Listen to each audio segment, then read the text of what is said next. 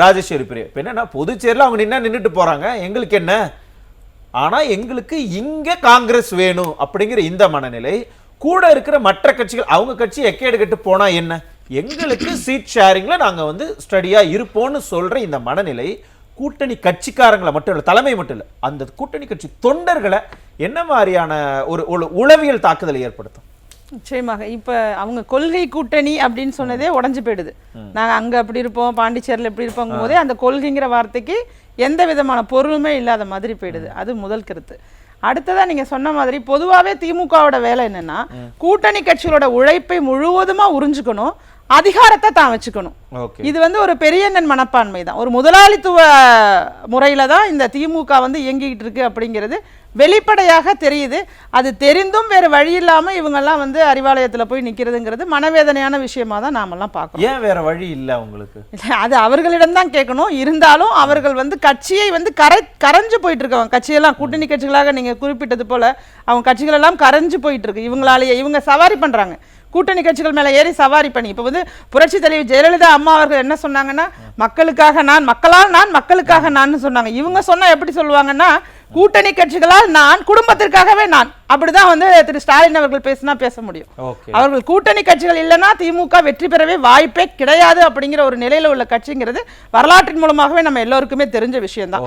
இப்ப இந்த கூட்டணிக்குள்ள பாத்தீங்கன்னா கூட்டணியில இருக்கக்கூடிய தமிழக காங்கிரஸ் தலைவர் திரு செல்வ பெருந்தைகள்லாம் இருக்காருன்னா அவர் காங்கிரஸ்காரர் மாதிரியே நடந்துக்கல.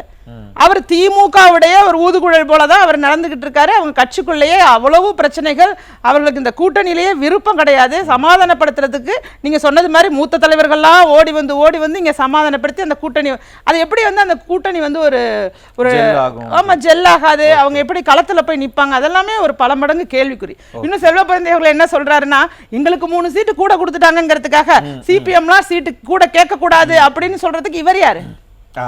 இவர் யாரு? கேட்கறது அவங்க உரிமை, கேட்கறது அவங்க உரிமை. இவர் அடுத்தவங்களுக்காக அடுத்தவங்களுடைய வாயையும் கட்டுப்படுத்தணும்னு நினைக்கிறது அப்படிங்கறதெல்லாம் இங்க என்ன மாதிரியான ஒரு நிலை இருக்குங்கிறத.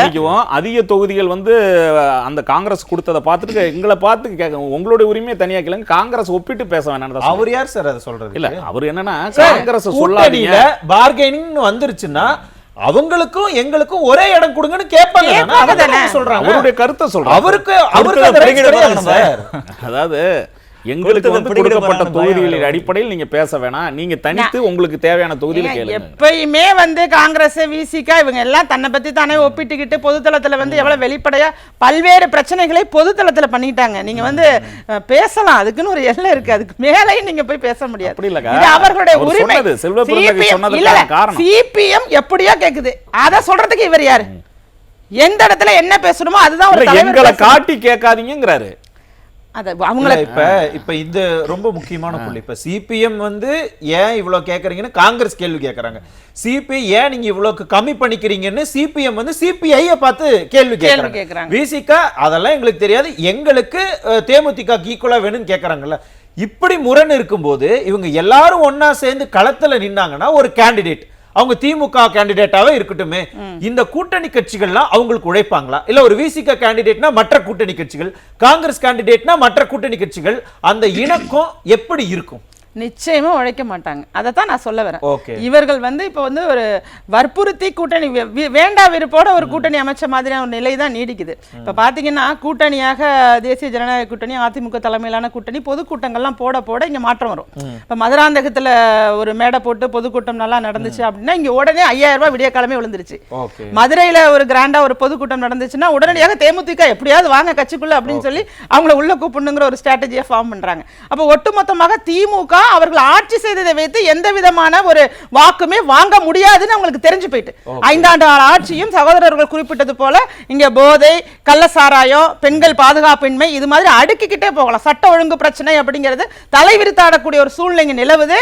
நமக்கு இந்த ஆட்சியை பற்றி நம்ம எக்ஸ்பிளைன் பண்ணி ஓட்டு வாங்க முடியாது, ஸ்ட்ராட்டஜி தான் செட் பண்ண முடியும், விளம்பரத்தை தான் தேட முடியும், சின்ன குட்டி பசங்களெல்லாம் வச்சு ரீல்ஸ் தான் நம்ம போட முடியும்னு வேற விதமா இறங்கிட்டு இருக்கு திமுக.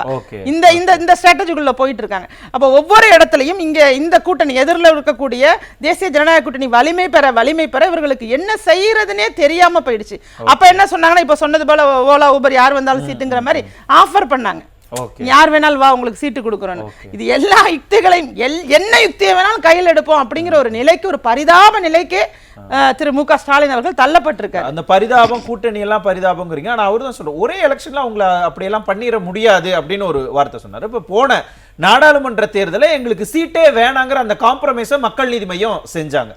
அப்படி போன தேர்தலில் காம்ப்ரமைஸ் பண்ண ஒரு கட்சிக்கு இந்த தேர்தலில் ஒரு 2 சீட்டுகள், ஒண்ணு இல்ல 6 தொகுதி அவங்களுக்கு ராஜ்யசபா, அதுக்கு ஈக்குவலாவது அவங்களுக்கு 6 தொகுதி கேட்கறாங்க. அது கொடுக்கணும்ல, அது நியாயம் தானே? ஆமா, அது நியாயம் தான். அவங்க கேட்கறது நியாயம் தான். ஆனா டார்ச் லைட் தான் வேணும்னு டார்ச்சர் பண்றாங்க நம்ம கமலஹாசன் அவர்கள்.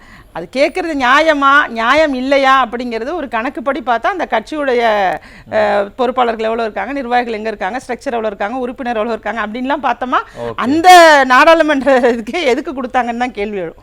அது ஒரு கட்சியா அப்படின்னு கேட்டாரு. ஒரு ஸ்டார் ஸ்பீக்கர் அதன அடிப்படையில கூட கொடுத்திருக்கலாம். ஒரு தனி மனிதன் அப்படிங்கிற அடையாளத்தை தவிர, ஒரு நடிகராக பிரபலமானவர் அப்படிங்கிற அடையாளத்தை தவிர, அதை ஒரு கட்சியாகவோ அது வந்து தொண்டர்கள் நிறைஞ்சிருக்காங்கனோ அந்த சீட்லாம் கொடுக்க முடியாது. அதத்தான் சொல்றாங்க. அதாவது அதத்தான் சொல்றோம். திமுக என்ன பண்றதுனே தெரியாம, எந்த கால்குலேஷனும் இல்லாம, எந்த அரித்மெட்டிக் கால்குலேஷனும் இல்லாம செய்வதறியாமல் நிக்கிறாங்கிறதுக்கு எடுத்துக்காட்டு தேமுதிகவுக்கு கொடுக்கப்படுற சீட்டு. இவங்க கமலஹாசன் அவர்களுக்கு இப்ப 2 சீட் அப்படிங்கறதே என்ன சொல்லணும்னா அதிகம் அப்படிங்கிறது தான் உண்மை. மகேஷ் ரொம்ப சுருக்கமா ஏதோ குறுக்குறீங்க, ரொம்ப சுருக்கம். அதாவது ஆகச்சிறந்த ஆட்சி, ஆகச்சிறந்த முதல்வர்னு தன்னைத்தானே மாறுதட்டி கொள்கிறாங்க. அப்படி இருக்கப்போ அவங்க ஆட்சி மேல அவங்களுக்கும் நம்பிக்கை இல்ல. இவ்வளவு ஒரு மெகா கூட்டணி அமைச்சிருக்காங்க 25 கட்சிகளை சேர்த்து. அந்த கூட்டணி மேலயும் ஸ்டாலினுக்கு நம்பிக்கை இல்ல. இதற்கு பிறகும் அவர்கள் தோல்வி பயம் ஆட்டி படிக்கிறதுனாலதான் புரட்சி தமிழர் அண்ணன் எடப்பாடியார் அவர்கள் குலவிளக்கு திட்டத்தை அறிவிச்ச உடனே இரவோடு இரவாக எல்லாருக்கும் ஒரு 5000 ரூபாய் போடுறாங்க. அதற்கு சொல்றது எவ்வளவு ஒரு கேவலமான ஒரு காரணத்தை சொன்னாங்க. அதாவது யாரோ வழக்கு போடுறாங்களா, அந்த வழக்கு போட்டா மக்களுக்கு அந்த பணத்தை கொடுக்க முடியாதா, மக்கள் கஷ்டப்படுவாங்கன்னு கொடுத்தோன்றாங்க. தடுப்பதற்கு ஒரு கேவியட் பெட்டிஷன் போட இவங்களுக்கு தெரியாதா? அந்த சட்ட அறிவு கூட இவங்களுக்கு இல்லையா? அது இல்லாம கொடுக்கறோம்னா எவ்வளவு ஒரு அடுத்த சுற்றுலா இவ்வளவு ஏற்றுக்கொள்ளவே முடியாத காரணங்கள். புரியுது. ரொம்ப சுருக்கமா சொல்லி முடிச்சிருக்கு. இப்ப என்னன்னா இதே மாதிரி இப்ப மக்கள் நீதி மையம் ஆகட்டும், இல்ல ஈவன் சிபிஎம் வந்து ரொம்ப தெளிவாக சொல்லிட்டாங்க, நாங்க வந்து உங்களுக்கு எந்த விதமான தொந்தரவுகளையும் இந்த ஆட்சியில கொடுக்கல, அப்ப எங்களுக்கான இதை நாங்க வந்து விட்டு கொடுக்க மாட்டோம். சிபிஐ வாங்கினாங்கன்னா அது அவங்களோட இது, நாங்க ஏன் விட்டு கொடுக்கணும்னு நிக்கிறாங்கல்ல. இதை எப்படி திமுக சமாளிக்க போகுது? இது நீங்க இந்த கேள்வியை கேட்கும் போது எங்களுக்கெல்லாம் கடும் கோபம் வருது. நான் கம்யூனிஸ்ட் பகுதியில் பிறந்து வளர்ந்ததுனால நாங்களாவே இல்லை, எந்த விவசாயிகளுக்கு நீங்க செஞ்ச துரோகத்துக்கும் நாங்க போராடலை, எங்களோட சுயத்தை இழந்து உங்களுக்காக நாங்க அமைதியா இருந்திருக்கோம் அப்படிங்கிறத நீங்க சிறப்பா ஒரு வார்த்தையில சொல்லிட்டீங்க. அதை கேட்கும் போது எனக்கு கோபம் வருது.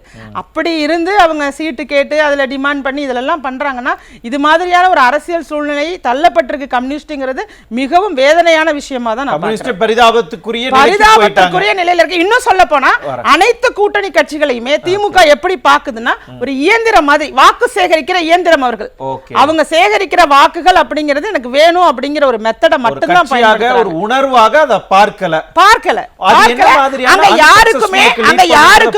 அங்க யாருக்குமே தைரியமாக எனக்கு இது வேணும் அப்படின்னு வெளிப்படையாக உடைச்சு சொல்லக்கூடிய தைரியமும் இல்லாம சகோதரி அவர்கள் சொன்னது போல அங்க நோட்டு நிக்குதா, வேற நிக்குதா, இது மாதிரி ஃபேக்டர்ஸ் நிறைய இருக்கு. அந்த டீல்ல அவங்க மயங்கிடுறாங்க.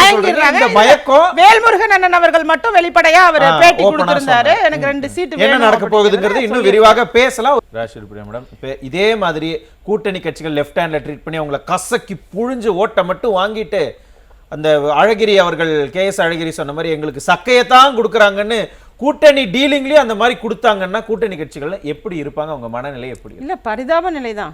கரைஞ்சிட்டாங்க, கரைஞ்சு போயிடுவாங்க, இல்லாம போயிடுவாங்கிறது தான் பொருள். அதான் நடக்க போகுது. ஆனா வந்து இந்த கூட்டணி வந்து ஏதோ டூலா எடுத்திருக்காங்கன்னா இந்த பாஜக எதிர்ப்பு அப்படிங்கிறது ஒரு டூலா எடுத்து அதை வச்சு அவங்க வெற்றி பெறலான்னு ஒரு வியூகம் வகுத்திருக்காங்கல்ல. அந்த வியூகம் இப்ப என்ன ஆயிடுச்சுன்னா மக்கள் மத்தியில நீங்க பாஜகவை எதிர்க்கிறோங்கிற பேர்ல மத்திய அரசை எதிர்த்து தமிழ்நாட்டுக்கு வர வேண்டிய பல்வேறு நலத்திட்டங்களை நீங்க தடுக்கிறீங்க அப்படிங்கிற விஷயம் இந்த 5 ஆண்டுகள்ல தமிழக மக்களுக்கு தெளிவா புரிஞ்சுட்டு நீங்க எதிர்க்க நினைச்சதுக்கு இங்க ஆதரவு பெருக ஆரம்பிச்சுட்டு அதற்கு சென்ற ஆட்சியில திரு எடப்பாடி கே பழனிசாமி அவர்கள் மக்களுக்காக ஒரு ஆட்சியை அமைச்சிருந்தாரு. இணக்கமாக செயல்பட்டதற்கு காரணமும் கூட மக்கள் நலமோடு வாழ வேண்டும் என்பதன் அடிப்படையில் இருந்தாரு. அப்ப நிச்சயமாக அவர் தலைமையிலான ஆட்சி தான் வேண்டும் அப்படிங்கிற ஒரு முடிவுக்கு வந்துட்டாங்க. ஏன்னா இவரோட அரசியல் காழ்ப்புணர்ச்சிக்காக ஒரு விஷயத்தை எடுத்து மக்கள் மத்தியில திணிக்க பார்த்துட்டு இருக்காங்க. அந்த விஷயமே இப்ப திரும்பி மக்கள் நலனுக்காக அப்படிங்கிற இடமாக மாறி அதிமுக தலைமையிலான ஒரு கூட்டணி மாபெரும் வெற்றி அடைகிறதுக்கும் திரு எடப்பாடி கே பழனிசாமி அவர்கள் முதல்வராக பொறுப்புக்கு வர போறாங்கிறதும் இன்னைக்கு களத்துல நிலவரம் பார்க்கலாம். மேடம் ரொம்ப சுருக்கமா இறுதிக்கிறது வச்சிருங்க மேடம். மகேஷ் இல்ல மனோஜ் ஸ்டாலினுக்கு வந்து தூக்கமே வரலன்னு சொல்றாங்க. அது தவறு. அவர் கும்பகர்ண தூக்கம் தூங்கிட்டு இருக்காரு. அதனாலதான் சந்தி சிரிக்கிற சட்டம் ஒழுங்க சரி பண்ண முடியாம ஒரு கையாலாகாத முதலமைச்சரா கையாலாகாத ஆட்சி இன்றைக்கு நடந்துகிட்டு இருக்கு. இதைத்தான் நான் சொல்ல விரும்புறேன். அதாவது கும்பகர்ண தூக்கம் தூங்கி கொண்டிருக்கிற ஒரு கையாலாகாத ஆட்சி இது உடனடியாக. அதுக்கு ஒரு எடுத்துக்காட்டு 9 நாள் கழிச்சு கேமராவை பார்த்தேன் விளாத்தி குளத்துலன்னு சொல்றாங்கல்ல, அந்த இடத்தை தான் நம்ம சகோதரி சொல்றதை லிங்க் பண்ணோம் பார்க்கலாம்.